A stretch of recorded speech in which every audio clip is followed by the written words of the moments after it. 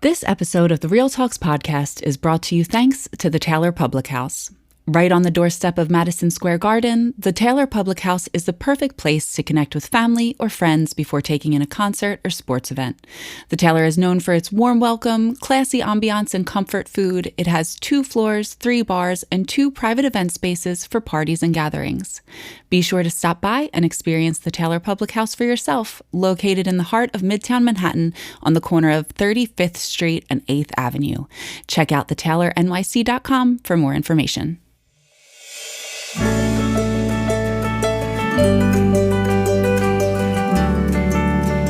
Hello there.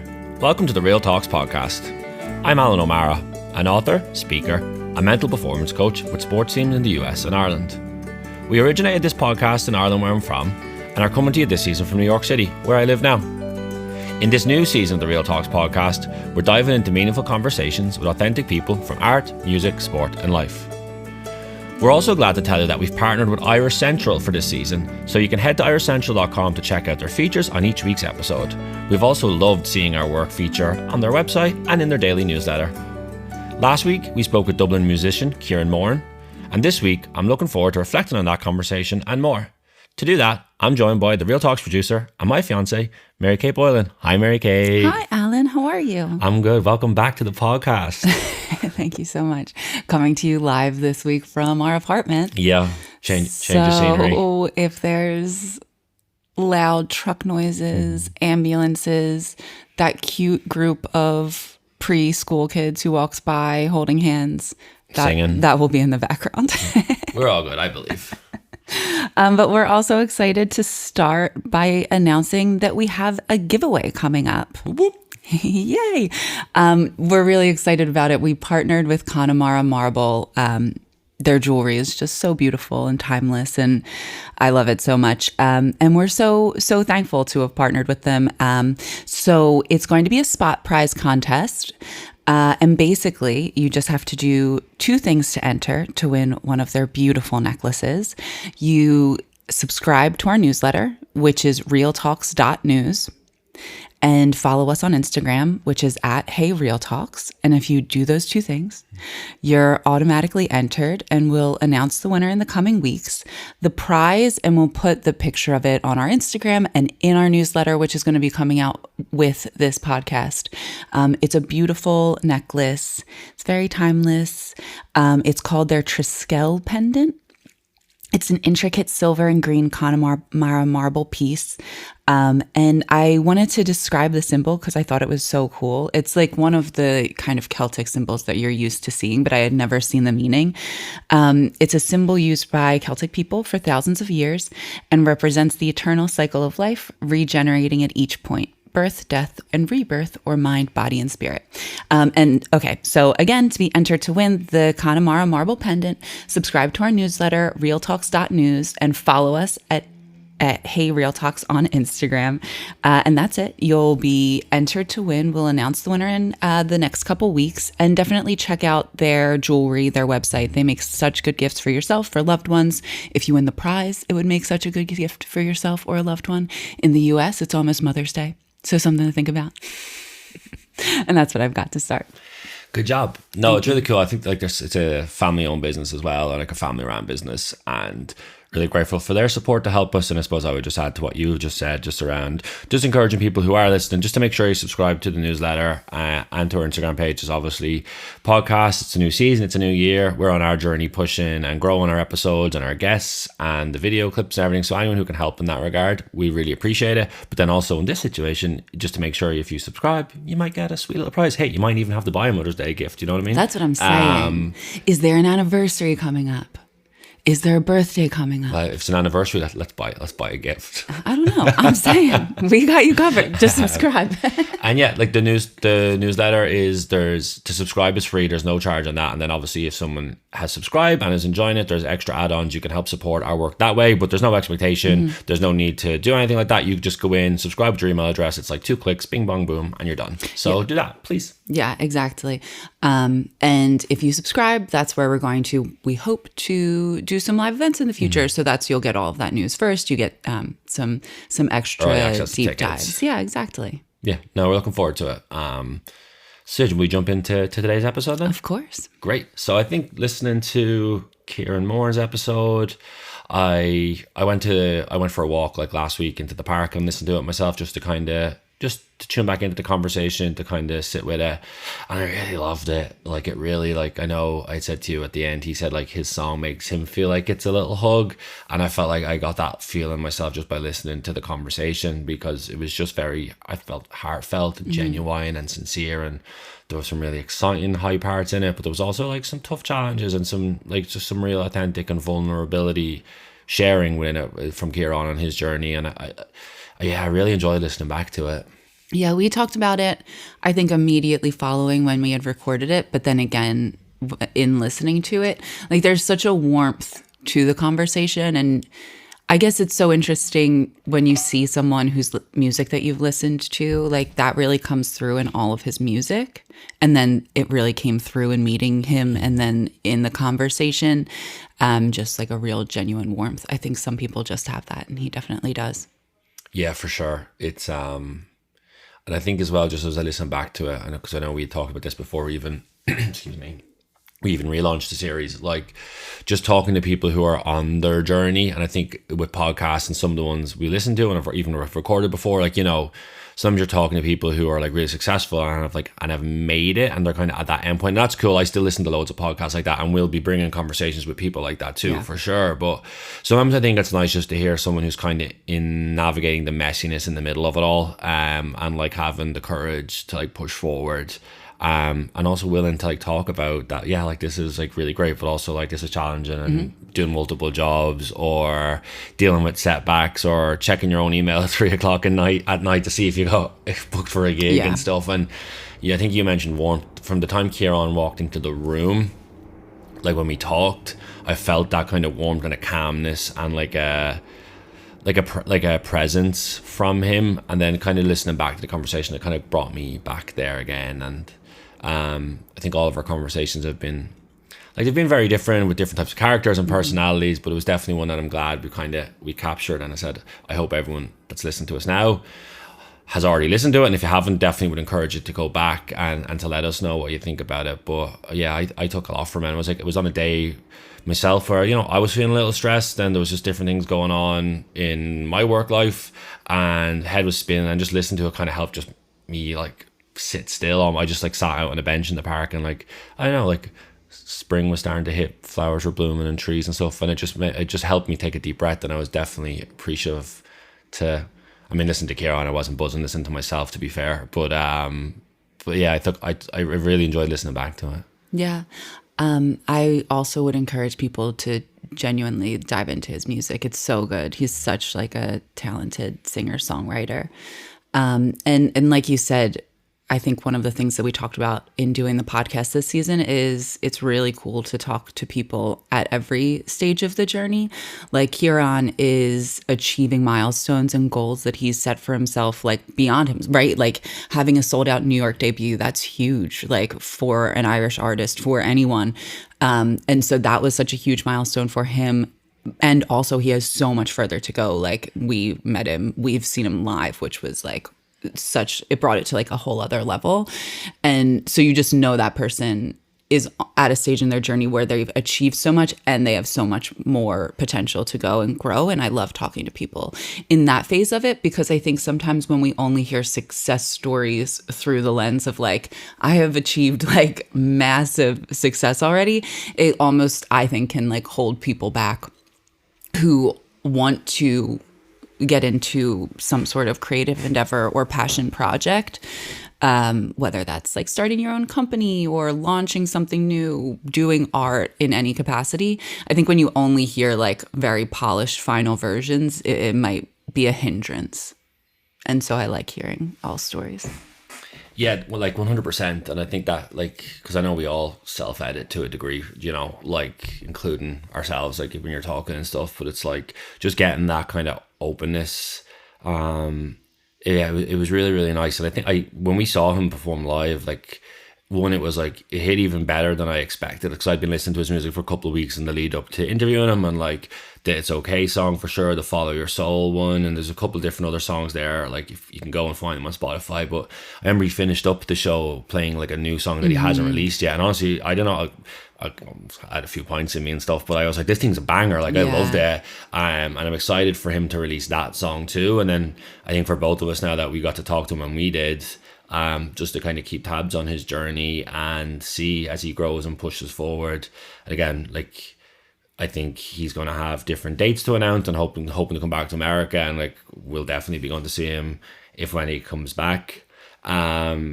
But yeah, it's just exciting to kind of meet another like new person on their journey, as I said. And honestly, it's just inspiring. Like, you know, for us, like we're doing the podcast here, we have different things going on in our own work lives. Like, it's just nice. I just feel like to get that real conversation about the good, the bad, and the ugly, and kind of like, okay, I get it. Like, that's hard, that's good.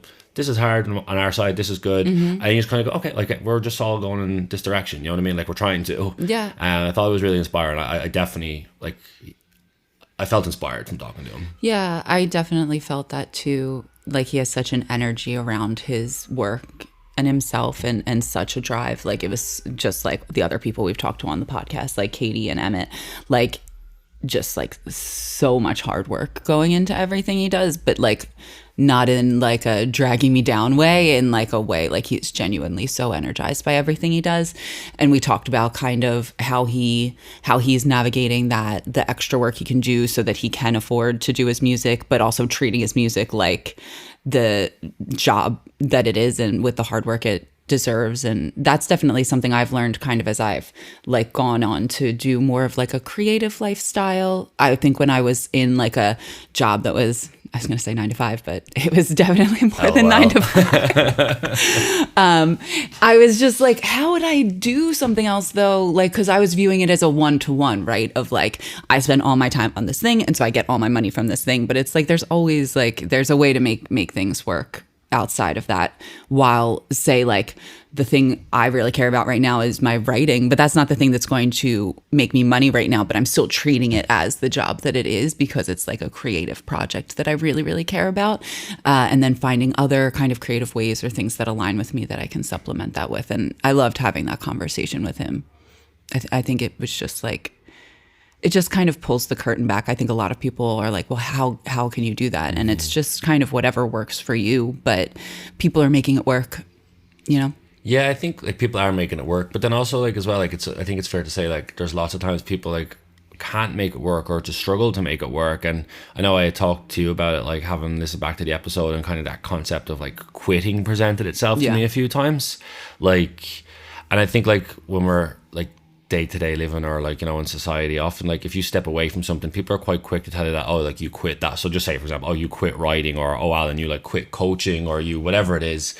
Like I feel like sometimes people are very quick to kind of label it with that term, and I think as I thought about it, like it's quite loaded in like a shame and like a guilt, in terms of like I gave up almost. And what came to me with Ciarán, and like it also made me think of Emmett as well, was that like, no, these people both like stepped away from something for a while. So Ciarán made a breakthrough quite young, stepped away from music because he couldn't navigate it, he couldn't figure it out, he couldn't put the pieces of the puzzle together. It wasn't the right mix for him at a certain point in life. Same way boxing wasn't for Emmett. Like he said, when he was in, like he'd gone to Amsterdam and like had to step away from it all. Like I said to you, there was times where like I stepped away from playing like GA for Cavan. There's that apartment noise we were talking about. Shout out. And you know, people say, oh, I heard like you quit, and it's like, even as I thought about that, maybe as from a little bit of an older perspective looking back, it's like, well, I stepped away from it, like I chose to leave. But like often, I think a lot of time people loop back to these things if they are like things you're passionate about, be it that's writing, singing, podcasting, like if that's like whatever your career is. Like I think sometimes you do just need to like zoom out of it and take a break and like kind of see the woods from the trees a bit. But then if it's something that really does mean something to you, I think like you re-engage with it and kind of come back to it with more perspective, if that makes sense. And that's what I felt from listening to Ciarán and Emmett. It was like, oh, they both came back with like much clearer perspective of the thing they wanted to do, but also that understanding of themselves and their relationship with it maybe. And then getting to see them, it's like going to come back to Ciarán, like getting to see him now come back in terms of, okay, like I'm going to rev the accelerator again and actually I'm going to pursue this again. I just thought that was a really interesting like lesson and perspective on it. Of yes, he stepped away, but also like he come back and he's better for it now. Do you know what I'm trying to say? Yeah, life isn't linear, it's cyclical in so many ways, and I think we want it to be linear, like a linear path, because it makes things feel much more manageable. But that's just not how it. We go through seasons, and in one season, you know, playing a sport might be great for you, and the next it's not. But I think it's very much just, if you can label someone as having quit, it's almost like, I got you. Like, you did quit. You know, it's almost, yeah. I knew you'd never make it at that writing, Yeah, or I knew you'd never do it at that music. It's like linked into just the bad side of stuff, I feel like. But there is such a stigma around quitting anything, and I think that it leads a lot of us to stay in things too long, whether that be a job that doesn't suit you, a role that doesn't suit you in any walk of life, you know, in your family, in your friend group, or a relationship that doesn't suit. Like, I think we've all had experiences where just being like, but I've done this for so long, I might as well just stay. Like, sunk cost is such a fallacy, you know? Yeah, it's a really tough. I think it's a tough one because it's like they're all like I suppose change is something that pulls into, like, so okay, if you want change, because sometimes for change to happen you do need to, I say quote unquote, quit one thing to create change in another. And yeah, I just think it's like even I haven't fully pieced it all back together yet, but just listening back to Ciarán and Emma, it just had me thinking about that idea of quitting. And it's like sometimes, like, in terms of, you know, we talked in the previous episode, we talked about being self-compassionate. It's like, no, like, it's not quitting. It's just like, it can be taking a break. It can be, hey, I want to just like step away from this, try gather my thoughts, gather my breath. And also, like, say when you said about writing, like, okay, so like, got to give it time now and treating it like a job, even though it's like not, you know, mightn't be paying. Or if that's music with Ciarán, like, so you can make that work for long periods of time, but something might change circumstances where actually that time needs to be designated to something else for a little period of time in terms of getting some income. Or if it is a different project takes hold of you and it's like, oh, well, I actually need to give maybe the 10 hours I was doing to that to something else. And yeah, I just kind of, what I'm thinking and feeling right now is just to any of the people who are listening out there who have like stepped away from something or worked on something and come away from it, because it's hard sometimes to piece all this stuff together. I'm coming at it today from like a self-compassion point of view, and if it's something that actually does mean something to you, because I've started lots of things and not come back to them because it actually didn't mean, you know, I thought it was a thing but like it wasn't. So just, but like, if it is something that you really are passionate about, like, just trust that like you'll find your way back to it when the timing is right. And there's so many ways that, like, it is, writing is one, music is one, sport is one, like whatever, there's multiple things it can be. Like, it can be art, it can be poetry, like there's all these things. And yeah, I kind of just felt like I wanted to just give like a little virtual hug down you maybe is feeling that I quit something when I shouldn't have or whatever. But it's like, no, you're just not doing it right now. Yeah, exactly. I feel like don't you feel like it's kind of like drilled into our brains as kids?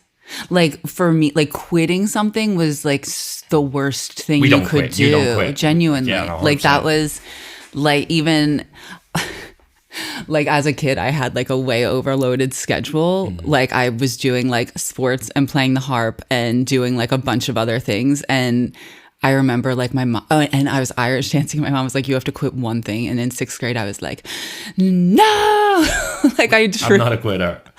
I was like, this will destroy me. And she was like, okay, but you're doing harp, piano, Irish dance lessons, basketball, soccer. And I was just like, and first and foremost, I did not like half of those things. I was not built to be a soccer player.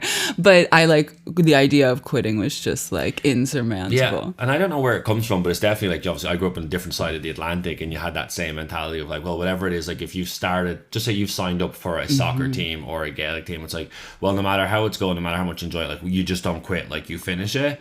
I just, and some part of me, like, from a sporting side of me, be like, okay, yeah, just finish it out. So even if you're not getting game time, whatever, like, finish it out. But like, as a kid, you hang in there. But also, like, on the other side of it, I think, like, in terms of my work as like a mental performance coach, and I've worked with multiple teams in like different sports, like, there's genuinely times where it's the right decision to quit. Like, when someone sits down with you and maps it out and says, like, in terms of sport, life, work balance, that I'm struggling to put this together, and you can try work them through it and try navigate it. But also, there's just sometimes just things happen with people in terms of their mental health, in terms of like family situations, family dynamics, and particularly when it's like, these are, say if it's an amateur sport or kind of low end, like semi-pro sport, it's like, yeah, like, it's totally okay to like And again, but that's what I'm saying, like the term quit comes into it then. Yeah. Even the player would sit down with me often and be like, yeah, no, I'm going to quit. Like I'm going to step like step away. I But think, quit's the word, and you almost feel like it's loaded so much. yeah, because I think too, say you are in a space where you have to leave something behind, whether that be like you're struggling with your mental health or you have a lot of things going on in your personal life and you have to step away from something you've always done or love doing, you kind of, because I think we still have like a stigma of failure around when you're struggling, and then it can feel like another failure if you're quitting something on top of it, when if you shift your mindset, that's like the right thing to do and you are actually doing something to take care of yourself, to make yourself better. But I think the natural instinct is to kind of feel like, oh, I'm a double failure now. Like I couldn't do this and now I can't do this. Like I definitely have struggled with that of like, oh, but I used to be able to do this and now it's really hard for me. So it's more shame and that kind of sense of like, not worthlessness, but like that kind of... It kind of like adds on. Like, I definitely relate to that too. Even as you said that, it made me think of, like, I think when I was younger, say like I remember like early 20s when I was really struggling with my mental health, like where depression had really like grabbed me for the first time. Like I remember like quitting like the team because I just couldn't, like I was barely able to like get out of bed and have a shower, never mind like be a high performing athlete. And like, but even as then when you make the decision to take a step away from it, like you get that initial release of, okay, I did that, but then like all those swirls of like guilt and shame and frustration that like you almost like you beat yourself up more over it. Whereas I think later in life when it was, because it happened a couple of times, like by the time I think I was still playing at 25, 26, like, but by that stage it was like, no, I've like sat down, I've talked to like my counselor about it, like we've mapped this out, this is a correct decision, and then you're able to go to the coach and be like, hey, just so you know, here's the thought process. And they're like, and at that time I remember my coach was like, why 100%, but like the door's open, like you, if you come back if like when you want. And like even at that point in terms of that conversation, because you were able to articulate it and communicate it, it didn't even make you feel like you were quitting it at that point. It just made it feel like it was a break almost. You know what I mean? Whereas if you're 21 and you're telling, in my situation was telling a coach, it's like you feel like you're quitting, and then that coach almost is on the other end feeling like you are quitting because you're not able to articulate or explain what's going on. Maybe that's probably one of the big differences in it too. Yeah, being able to explain yourself to yourself and like others. What the struggle is. Yeah. I think it's hard regardless. When I remember I like went through struggles with when I was working in news, you know, at first it was like my life and I was like, yeah, like I was doing this like without even like, not without thinking, but just like day in, day out, this is what I'm doing and loving it. And then it got to a point where it was like every story was like they're very traumatic stories and I'm working on them with my trauma. So like it was all like weighing on me so much, not even just the workload, but like what I was covering was just becoming like too much. And it was really hard to grapple with like, yeah, like that's okay. Like just because you could do something before, you know, things change and that's okay. But it's hard. I feel like we have such a natural inclination to kind of beat ourselves up whenever given the chance. Yeah, and I think this, do you know what, even as we were talking there, and like we hadn't even like mapped this out, we kind of ended up in it, like this is something where even if anyone's listening, like I'd love for them to like share any experience or perspective they have around like that kind of quitting concept, and either something that happened with them, and if they found it again, if they wanted to like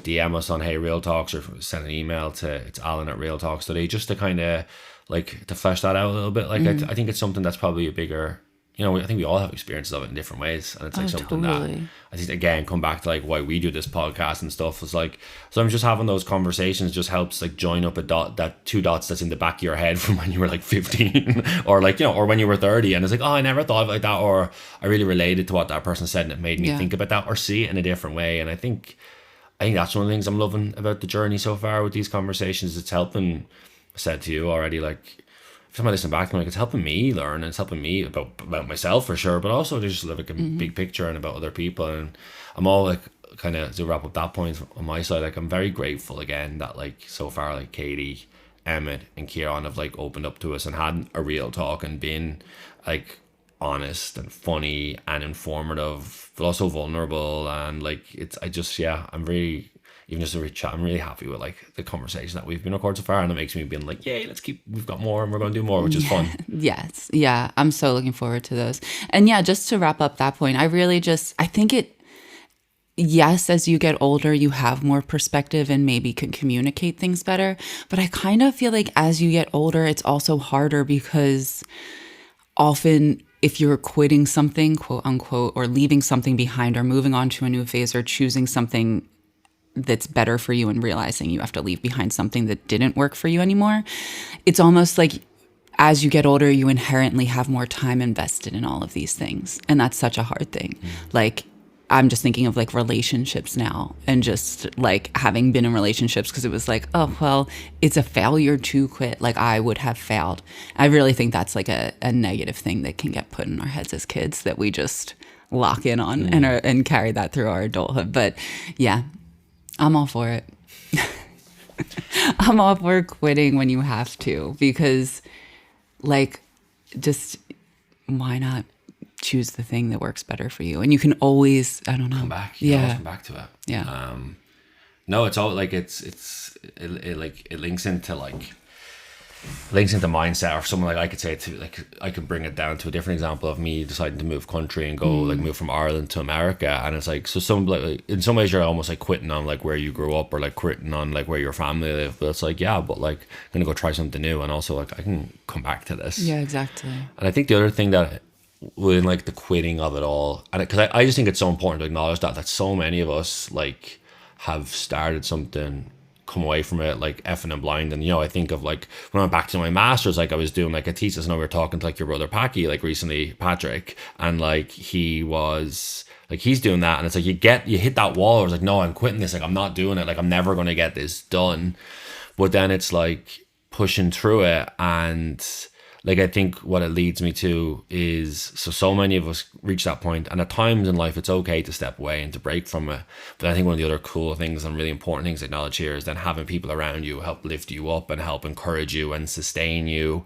And when you do doubt yourself, which hey, as humans, like that's what we do quite often, and sometimes you need someone around you that can say, no, you got this, like you've done this before, share a bit of perspective, share a bit of compassion, so just to listen to you.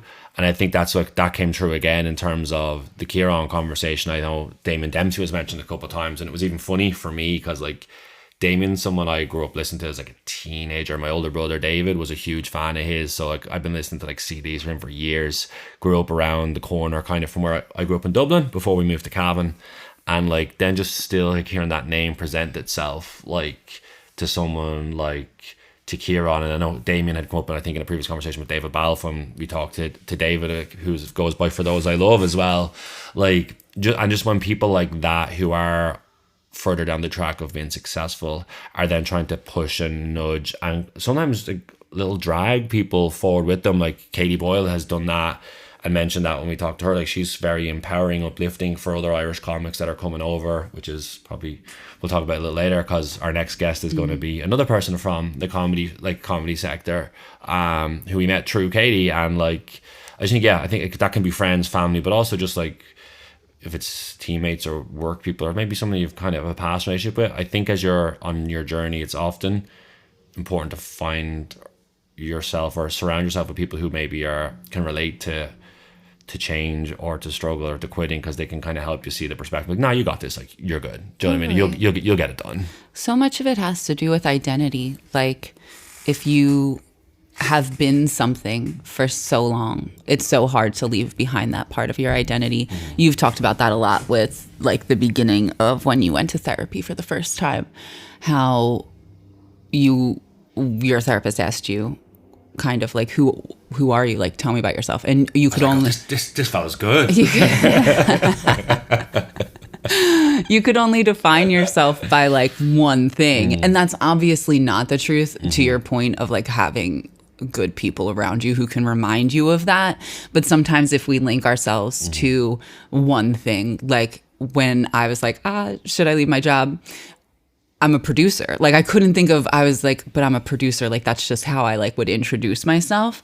And then I wasn't a producer for like a year and a half, and now I'm a producer again. And so it all works out. But I think in the in-between, I definitely was able to kind of like you had to in therapy, make a few more identifiers for myself. I think when we're going through any change, anything, like identity is such a tough part of it that maybe you're not even thinking about, but it is part of it. If you with grief, like if you lose part of your identity, like it's so hard to kind of work through on top of everything else. Yeah, like identity is, I mean, it can be quite complex at times. And again, it's how you view yourself, and like that can be how you've grown up. But also another part of it is it's also sometimes like driven by how other people see you or perceive you. And like in terms of like, wanting to label someone, or even like I said it to you a couple weeks ago, I was doing media work ahead of the New York Mayo game, and like obviously happy to do it on the manager of the team, and it's part of like the obligations. But then like multiple times a question I got was about like, would you like, why aren't you playing, or would you not see like aren't you playing? And it's like I'm like standing here as like the manager. I've done it, like there's been years of my life have gone on for me to even have this opportunity, but then like the society around you still like, you used to do that thing, so like let me ask you about that thing. So I'd be like, or like someone would say to you about news still, or it could be the harp as well. Like people just like we label each other with different things, and that's how, sometimes how we remember each other. It's not always like loaded with negativity or anything, but just like as you get older and try and pad out identity, like that was something that ultimately was one of the biggest factors in like my mental health struggling. Was I, for periods of my life, really just identified myself as like an athlete and as a Gaelic footballer. And in that conversation, like what you referenced earlier, that's like when I wrote my book, like that was I really wanted to capture that conversation. I remember like trying to write it from memory, and I remember like sharing it with like my counselor, being like, hey, like is this your like recollections too, which is kind of was a fun experience. Because I just wanted to like the show, because sometimes it can identity and stuff, even talking this year, like is this all up in the clouds, is this a bit wishy-washy? But it's like we all like recognize and relate ourselves to doing certain things or being certain ways. Other people do that too, and I think it's really nice then as you start appreciating just the different sides of you and nourishing the multiple, like I know we talked about pillars on one episode where that kind of helps me do it. Like, okay, Alan the friend, Alan like the family member, Alan the mental performance coach, like Alan the partner to you. But then also just like, Alan if he's walking down through the park, and just kind of help and spread. So maybe I'm going to say like spread the jam out a little bit rather than it all being like one thing. Yeah. Because that's what like that got me back. Like I used to just like if that one thing was going well, I was good, and if that one thing wasn't going well, I was like, oh, it's a disaster. Totally. And that was like a big shift. I know I slightly went off on a tangent there, but it's like as you get older too, and as you start like being open and honest about your journey with that kind of challenge and stuff, people around you do find people that can relate to it or that have gone through some things that are also able to help you. And like I remember just as I was going through all that time, I ended up becoming really good friends with like Niall McNamee, who was another Gaelic footballer, played a different county. Like we weren't friends or anything, but just like our experiences were quite similar. We crossed paths a few times, and like even now, like it's like 10 years later, like we would still talk quite regularly. And just because your friendship wasn't now due to like time spent together or growing up, but it was due to like similarity of experiences and relatability. And that's kind of, you need those people. And I think that's where like a Damon to Ciarán or Katie to different, like that stuff comes in. And I think it's important, like, because people, as much as people can drive you away from doing certain things, there's also people that can really help you achieve your potential and push forward. And when you have that shaky day or week, or you can have a shaky month or year, honestly, but having people that just kind of keep prodding you, keep poking you, because they want you to do the thing that probably you want to do underneath it all. And it's really important to have like good people around you. Yeah, and identifying who you can talk to about different parts of your life. Katie talked about, in the episode with Katie Boyle, she talked about kind of what you're saying about whether people mean to or not, like they kind of put a label on your back, and that's just that sometimes, and it can be helpful to branch out from that thinking or being around just those people who are going to label you as one thing. Yeah, like I found moving countries like genuinely so liberating, because you've got years of experiences, of friendships, of relationships, of achievements that, again, it's not like people associate you with all these things that you've done, like, and often in a good way. But then as you just try and like you're trying to break forward and kind of flesh out your identity, like if the other stuff keeps getting like kind of rammed down your throat, or you kind of just like, just give me a couple of weeks here, I'm just like trying to do something else. But yeah, like it's sometimes changing environment's very, very helpful. So that's like, I think we've talked about like quitting, but then also like on the other side of that, like good people can really help, but then also like good environment sometimes, and changing environment, even if it's just for like a week or a month or a summer, just to go and give yourself a bit of breathing room away from maybe the preloaded perceptions of you or the things you do, just to have that extra little bit of fresh air, honestly, just that little bit more breathing room. And I did that when I went to write my book. Like that, I don't think I would have got it done if I was at home. Ultimately, I needed that time away to like do that, and it was really helpful. So yeah. And again, it's not always practical for people if you've got like 3 kids or you have a job where you have to be on site. Like I totally understand. I'm not sitting here saying, oh yeah, just like get away for it. But sometimes, yeah, I think environment and people are 2 things I would kind of flag if someone, you know, is thinking about quitting or has stepped away from something and maybe thinking about going back to it. Go back at it. Yeah, just in like a slightly different environment can help with a perspective shift, for sure. Yeah, I think that's good. I think we'll just wrap up with maybe just giving a shout out to our competition again. It's our first one in this new season. So like we have really cool prize. Mary Kate went through it at the top. It's from Connemara Marble. It's a necklace. It's going to be in the newsletter. And to enter, all you literally have to do is go to realtalks.news and type in your little email address and press subscribe. It's free. And go over to our Instagram page at Hey Real Talks and follow us there. One, you'll be doing us a solid. We're trying to grow our audience, and we want to grow everything that we're doing. We've loved doing the newsletters. We've loved doing these new episodes each week. And yeah, do that. Enter competition. You might win a sweet prize. And other than that, we'll be back next week. And I'm looking forward to bringing you a very good, interesting, and powerful conversation next week, which is something I'm excited to share. Definitely. We'll put who it is in the newsletter. We ain't giving it away now. So go subscribe because you'll find out who our next guest is too. Look, we ain't playing. Bye. Thanks for listening. Thanks for listening to this episode of the Real Talks podcast. The Real Talks podcast is hosted by me, Alan O'Mara, and produced by Mary Kate Boylan. Video and audio were mixed and edited by Jack Deacon at Plural Video and Design. If you haven't already, please subscribe to the Real Talks podcast on your preferred platform to keep up to date with our new weekly episodes. You can also sign up for our newsletter at www.realtalks.news. You can also follow the podcast at Hey Real Talks on Instagram and TikTok, and you can follow me there by searching at AOM the Cat. Thanks for being here, and we'll be back next week.